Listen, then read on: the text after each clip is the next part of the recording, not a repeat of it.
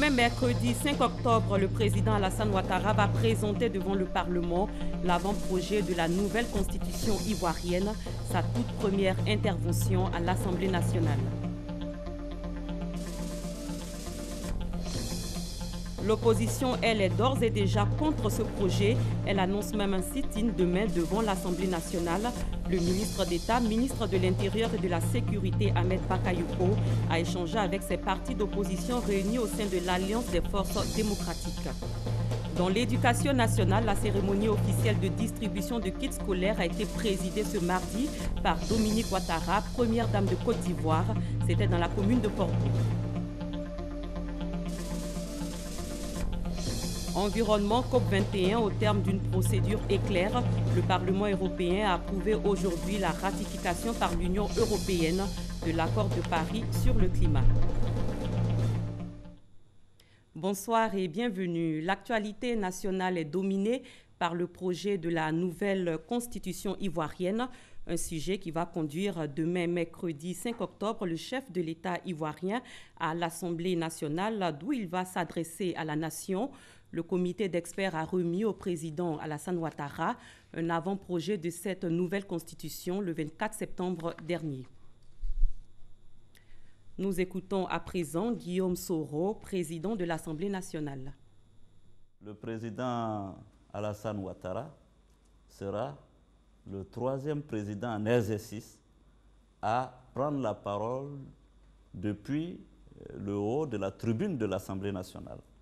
Et vous savez très bien que nous sommes aussi à la veille, n'est-ce pas, donc, de voter la nouvelle constitution qui instituerait une nouvelle république. Les services techniques de l'Assemblée nationale ont étudié l'avant-projet et ont estimé qu'il était recevable et dans la forme et dans le fond. Les ministres viendront ici, les commissaires du gouvernement viendront ici pour discuter avec la commission des affaires générales et institutionnelles. Une fois que la commission des affaires générales et institutionnelles aura adopté le texte, donc ce sera approprié l'avant-projet, n'est-ce pas, de loi, ce texte sera alors transmis en plénière. La plénière aussi que je vais présider. Et en plénière, tous les députés pourront se prononcer sur l'avant-projet. Après donc, les débats que nous allons avoir sur ce texte, nous allons procéder au vote qualifié des 2/3. Après ça, ça deviendra maintenant un projet de loi portant constitution. Et c'est ce projet de loi qui sera, après donc avoir été publié au journal officiel, proposé au peuple de Côte d'Ivoire dans le cadre du référendum le 30 octobre. C'est une journée qui va marquer l'histoire de la Côte d'Ivoire, la toute première intervention du président Alassane Ouattara devant le Parlement depuis son accession à la magistrature suprême. Mahama Traoré et Abiba Dambélé Saoui. Le président Alassane Ouattara, à l'ouverture de la session parlementaire de ce mercredi 5 octobre 2016. La dernière du genre remonte au 25 avril 2012 à Yamoussoukro. Ce jour-là, le chef de l'État prenait part à l'ouverture solennelle de la première session ordinaire de l'actuelle Assemblée nationale, session qui marquait l'entrée en fonction officielle de la deuxième législature sous la Deuxième République, avec à sa tête l'ex-premier ministre Guillaume Kigbafori Soro. S'il avait rang d'invité d'honneur le 25 avril 2012, le président de la République sera à la tribune le 5 octobre 2016. Une posture permise par l'article 57 de la Constitution de 2000 qui autorise le président de la République à communiquer directement avec l'Assemblée nationale ou à faire lire son message par le président du Parlement. Il sera question ce mercredi de présenter aux députés ivoiriens le projet de loi portant nouvelle constitution, celle de la Troisième République. Présenter mais aussi expliquer la nécessité pour la Côte d'Ivoire d'accéder à une Troisième République, plus soucieuse du respect de l'état de droit, des institutions et des droits de l'homme. L'objectif majeur du processus en cours est de doter notre pays d'une nouvelle constitution susceptible de lui garantir la paix et la stabilité. Notre pays doit être en effet doté d'une constitution moderne, consensuelle, impersonnelle et à l'épreuve du temps. Notre objectif est que ce nouveau contrat social soit le plus inclusif et le plus consensuel possible. Cette communication du chef de l'État ouvrira la voie à l'examen et au vote de ce projet de loi par les parlementaires. Ultime étape avant la tenue du scrutin référendaire projeté pour fin octobre. Pour rappel, c'est le 28 septembre dernier que le projet de loi portant nouvelle constitution a été adopté en Conseil des ministres. La probable future constitution comporte 184 articles, 16 titres et 50 chapitres, soit 51 articles et un titre de plus que la Constitution de 2000. C'est le mercredi dernier que l'avant-projet de nouvelle constitution a été adopté par le Conseil des ministres. Une semaine après, il est présenté au Parlement par le président en personne. Quel est l'avis des Ivoiriens? Nous avons tendu notre micro dans les rues de la capitale économique ivoirienne. Bon, moi je pense que le changement d'une constitution, ça répond à des étapes. Il va à l'Assemblée, les députés ils vont voter. Ça va arriver à votre niveau, nous aussi on va voter. Mais je pense que tout changement intervient dans le sens d'une amélioration d'une situation. Si ça va dans ce sens, il n'y a pas de raison que les députés ne puissent pas accorder une bonne audience à cette proposition. Le rendez-vous du président de la République, c'est un très bon rendez-vous. Qui parle de la démocratie, pas de débats contradictoires. Il serait souhaitable qu'il y ait vraiment des débats contradictoires, chacun donne sa position comme il attend, et que pour que la démocratie s'affirme dans la contradiction. Je pense que c'est une bonne démarche déjà de faire face déjà devant les députés pour demander aux députés quand même leur avis et également prendre le pouls de la situation. Je pense que c'est déjà avoir une idée de l'opinion de la population ivoirienne, c'est ça. Si le chef de l'État prend l'initiative d'aller devant les élus du peuple pour présenter, pour défendre la loi fondamentale, je crois que c'est une très bonne chose pour nous les Ivoiriens et pour tout le monde. C'est tout à fait normal dans un pays. La Constitution, c'est pas un mur en béton. À tout moment, on peut la réécrire. Alors c'est tout à fait normal pour le chef de l'État lui-même, comme c'est une loi importante, lui-même d'aller défendre ça devant les députés. Si pour l'Ivoirien lambda, il est essentiel de comprendre, de connaître le contenu de cet avant-projet de constitution avant de se prononcer, l'opposition, elle, est d'ores et déjà contre. Elle annonce même un sit-in demain devant l'Assemblée nationale. Le ministre d'État, ministre de l'Intérieur et de la Sécurité, Ahmed Bakayoko, a échangé avec ses partis d'opposition réunis au sein de l'Alliance des forces démocratiques. Il les a invités à surseoir à cette manifestation qui a d'ailleurs été interdite par le préfet d'Abidjan, Abou Sanougou. Les échanges du ministre d'État, ministre de l'Intérieur et de la Sécurité Ahmed Bakayoko avec le Front populaire ivoirien et ses alliés de l'AFD, l'Alliance des forces démocratiques, ont essentiellement porté sur l'appel à manifester devant l'Assemblée nationale ce mercredi. À l'issue des échanges, ces partis de l'AFD ont promis se concerter. Le ministre de l'Intérieur a tenu à nous indiquer que le moment que nous avons choisi lui paraissait inapproprié. D'abord parce que la présence du chef de l'État va nécessiter des mesures sécuritaires qui ne permettront pas l'organisation d'une telle manifestation. Il nous a indiqué par ailleurs que cette manifestation suscite beaucoup de remous dans la classe politique et fait courir des grands risques sur la sécurité publique, puisque d'autres organisations qui voudraient profiter de cette manifestation pour accomplir d'autres desseins au préjudice de l'Alliance des forces démocratiques de Côte d'Ivoire. Nous avons donc décidé de nous retirer et nous ferons connaître par les voies appropriées l'attitude que nous aurons à tenir demain par rapport à notre projet de sitting devant l'Assemblée nationale. Le ministre d'État, ministre de l'Intérieur et de la Sécurité, Ahmed Bakayoko, a demandé à l'Alliance des forces démocratiques de surseoir à son sitting. Le moment, selon lui, n'étant pas approprié. Nous sommes pour l'expression démocratique, nous sommes pour la libre expression de tous les courants de pensée, mais il faut que cela se fasse de sorte qu'il n'y ait pas de troubles à l'ordre public. Je pense qu'ils ont entendu nos arguments, ils ont souhaité se retirer pour prendre une décision et je souhaite que cette décision aille dans le sens de l'apaisement, de la paix, de la stabilité en Côte d'Ivoire. Celui qui a d'autres entités qui avaient prévu participer comme le leader, il n'a pas été convié à cette rencontre. Pourquoi? Ils ne nous ont pas adressé de correspondance. Dans un État organisé, on ne peut pas occuper un espace public, une voie publique où il y a une circulation sans avoir un échange avec les autorités. C'est la loi qui le dit et c'est le bon sens qui le commande. La manifestation annoncée par l'Alliance des forces démocratiques pour protester contre le projet de constitution a été interdite le lundi dernier par le préfet de la ville d'Abidjan, expliquant que l'administration n'avait reçu aucun courrier.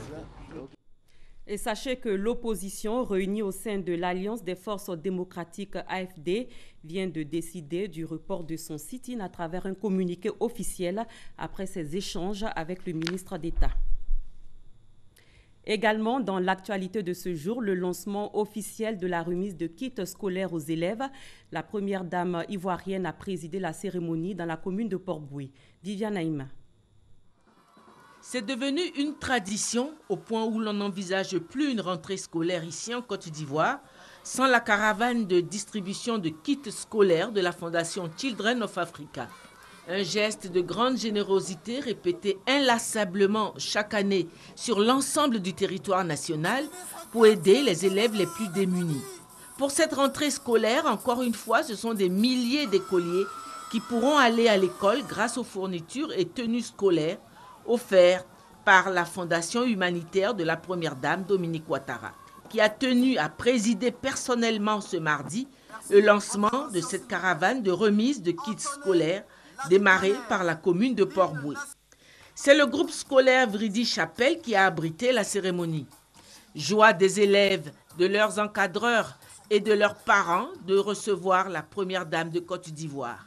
La première magistrate de cette commune de Port-Boué, Hortense Akangui, une autre grande dame pour ses nombreuses réalisations sociales au sein de sa commune, n'a pas tari d'éloges à l'endroit de la Première Dame, Dominique Ouattara, pour ses nombreux actes de générosité. Comme Raoul Foloro, qui était le vagabond de la charité, vous êtes, vous, Madame la Première Dame, la jolie colombe d'Alassane Ouattara, la Fantagbe de tous les Ivoiriens. Fantagbe, vous représentez, dis-je, la vagabonde de la générosité.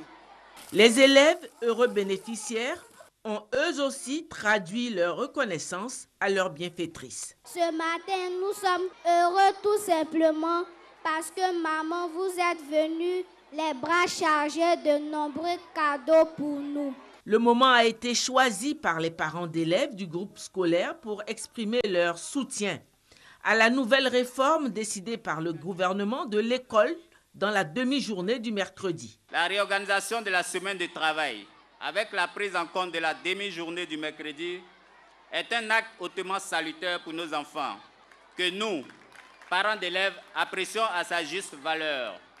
La ministre de l'Éducation nationale, pour sa part, a décerné le titre de marraine attitrée de l'école ivoirienne à la Première Dame de Côte d'Ivoire.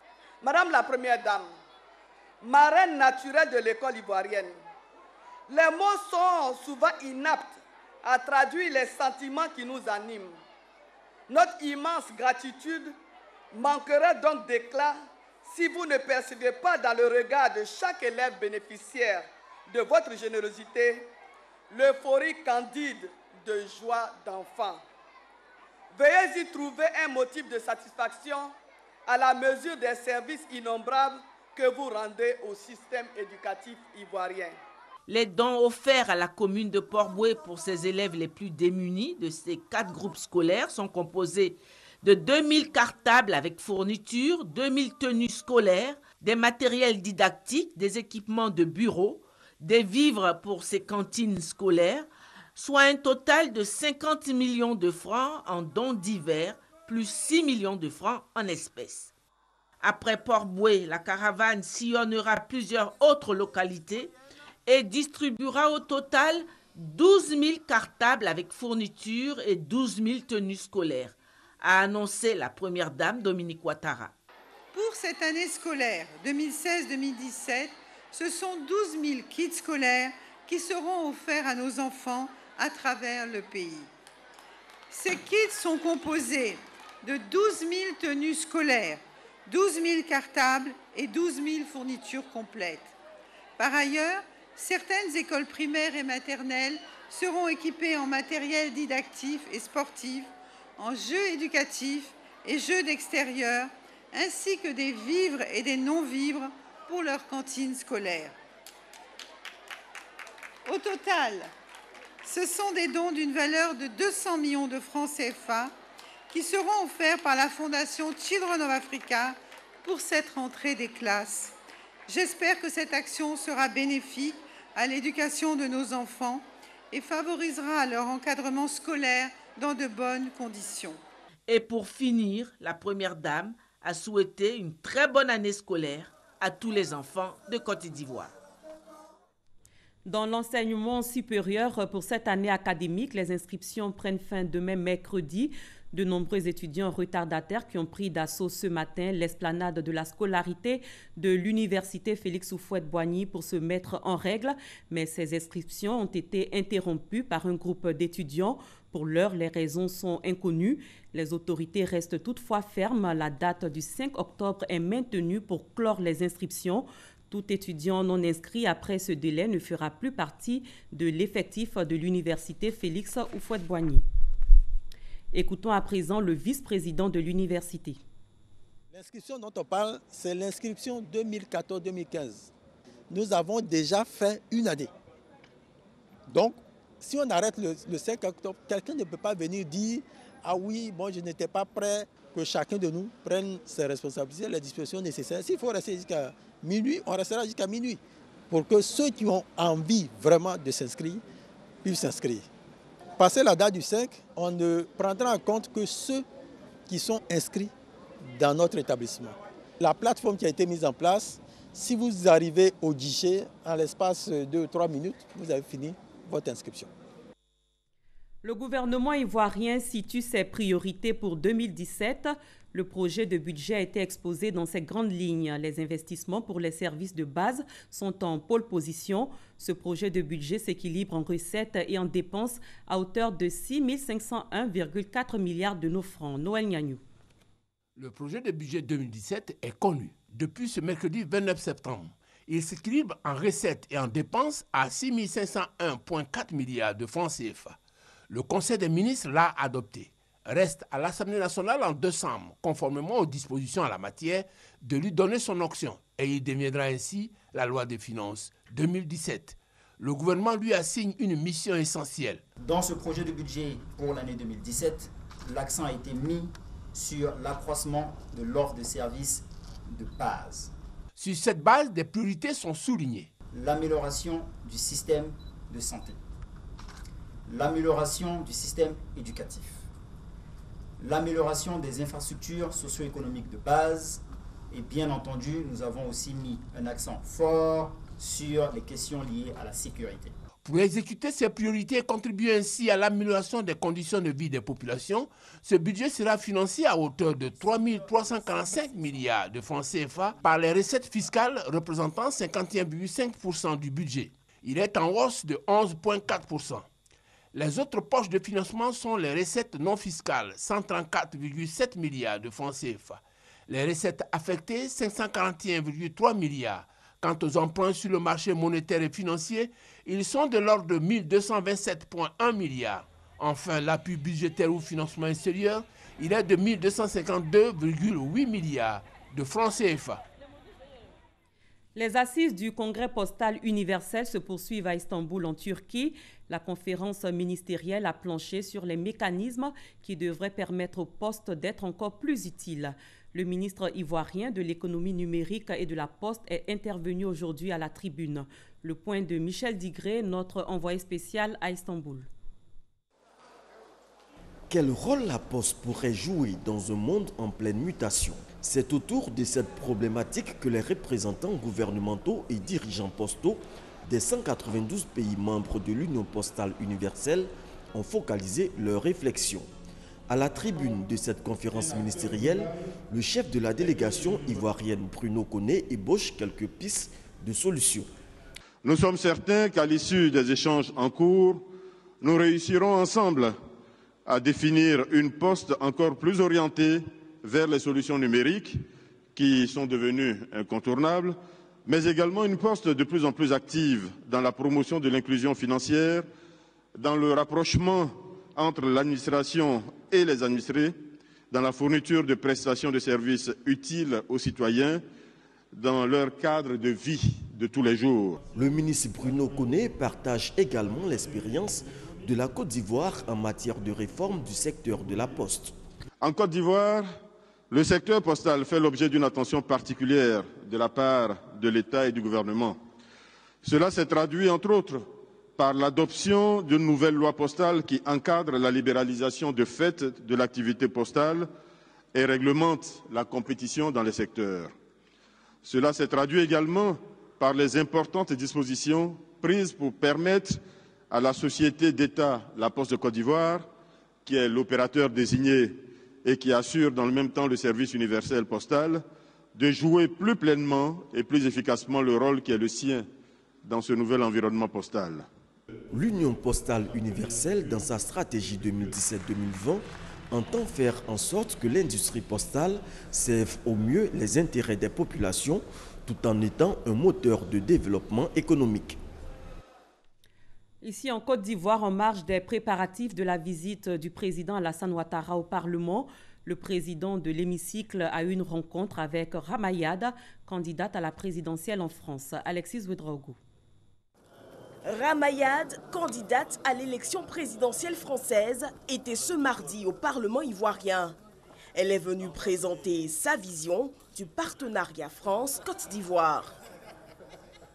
Dans le contexte de ma candidature à l'élection présidentielle, j'ai voulu donner à voir la nouvelle Afrique, celle qui gagne, celle qui marche, celle qui connaît des taux de croissance extraordinaires, celle qui connaît une révolution économique, technologique, financière, écologique, celle qui permettrait, j'espère, à l'opinion publique française de regarder l'Afrique autrement qu'une menace, autrement qu'un problème.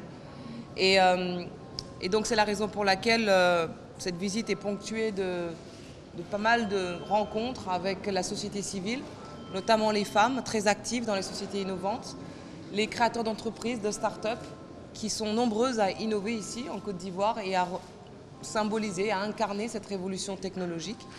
Et bien sûr, les rencontres officielles qui sont importantes pour nous permettre d'être dans une approche non pas d'aide, mais de partenariat. Ramayad a entamé depuis le début du mois une tournée africaine. La Côte d'Ivoire est le deuxième pays qu'elle visite après le Sénégal.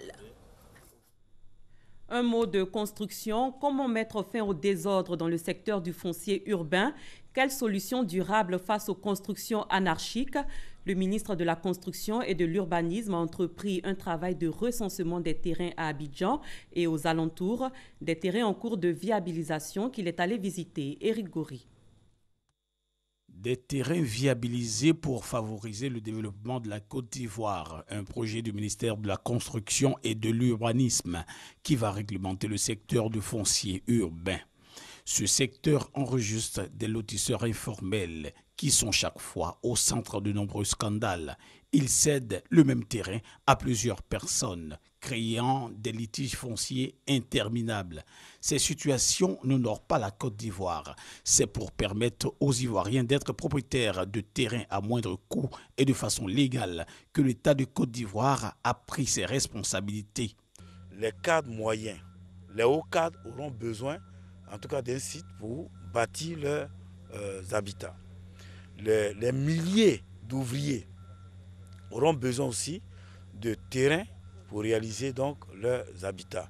Et lorsque nous avons lancé ce projet, nous vous avons parlé des TBC, des terrains équipés à bas coût.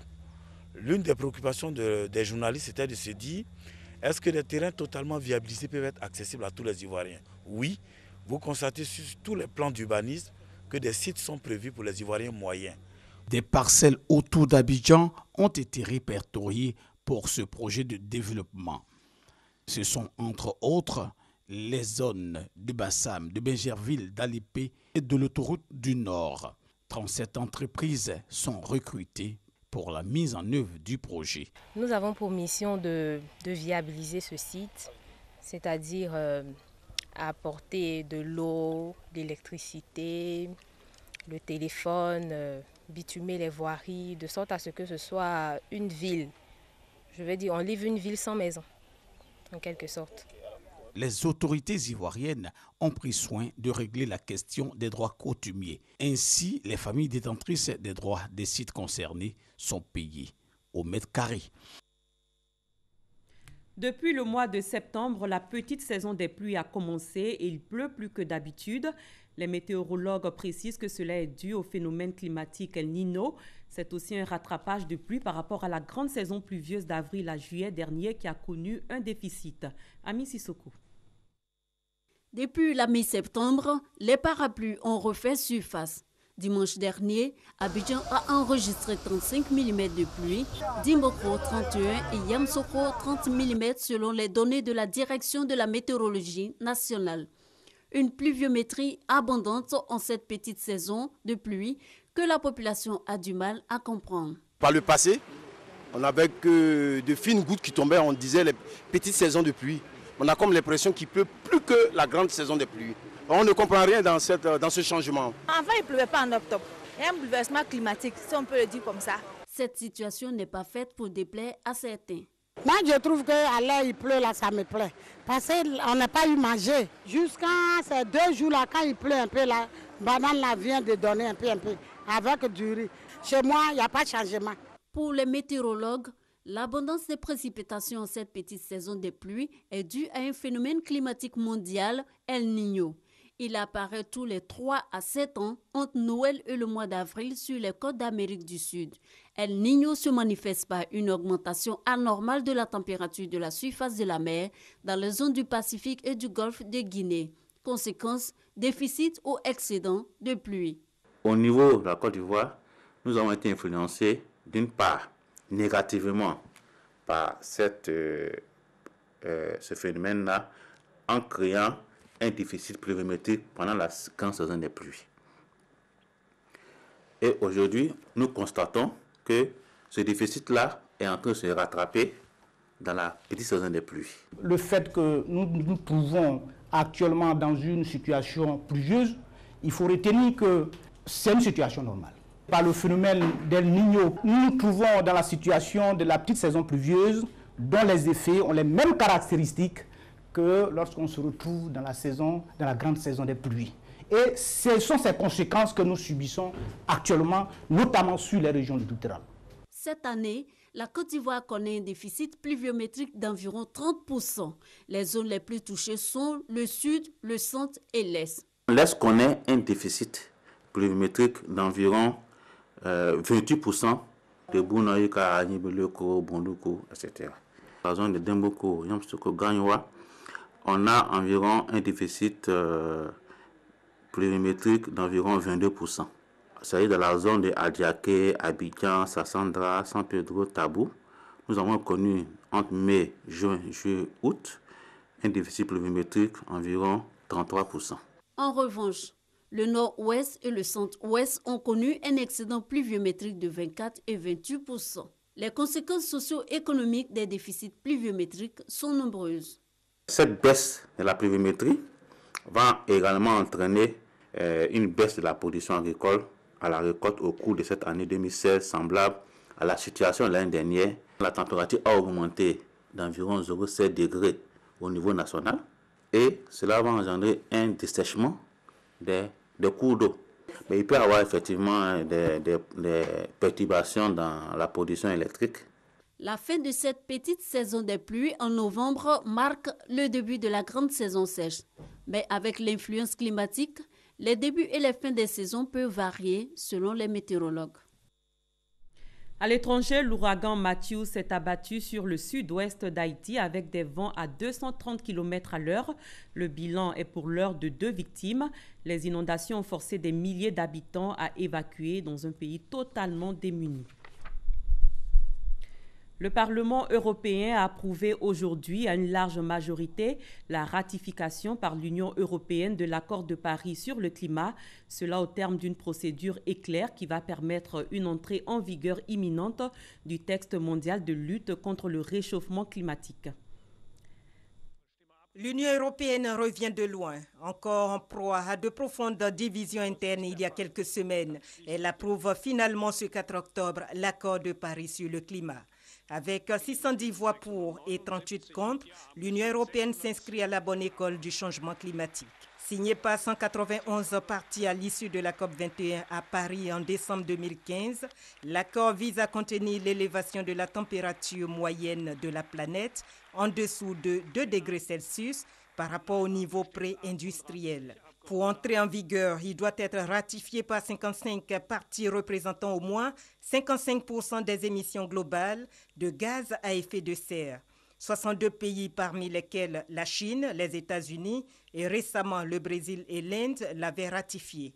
Mais il ne représentait que 52% des émissions globales. Avec la ratification de l'Union européenne dont les 28 pays pèsent 12,1% des émissions mondiales, toutes les conditions sont remplies pour la mise en œuvre de l'accord le mois prochain à la COP22 à Marrakech, au Maroc. C'était un commentaire de Victorine Yaoyoboué. C'est la fin de cette édition. Merci de votre aimable attention et excellente fin de soirée sur RTI 1.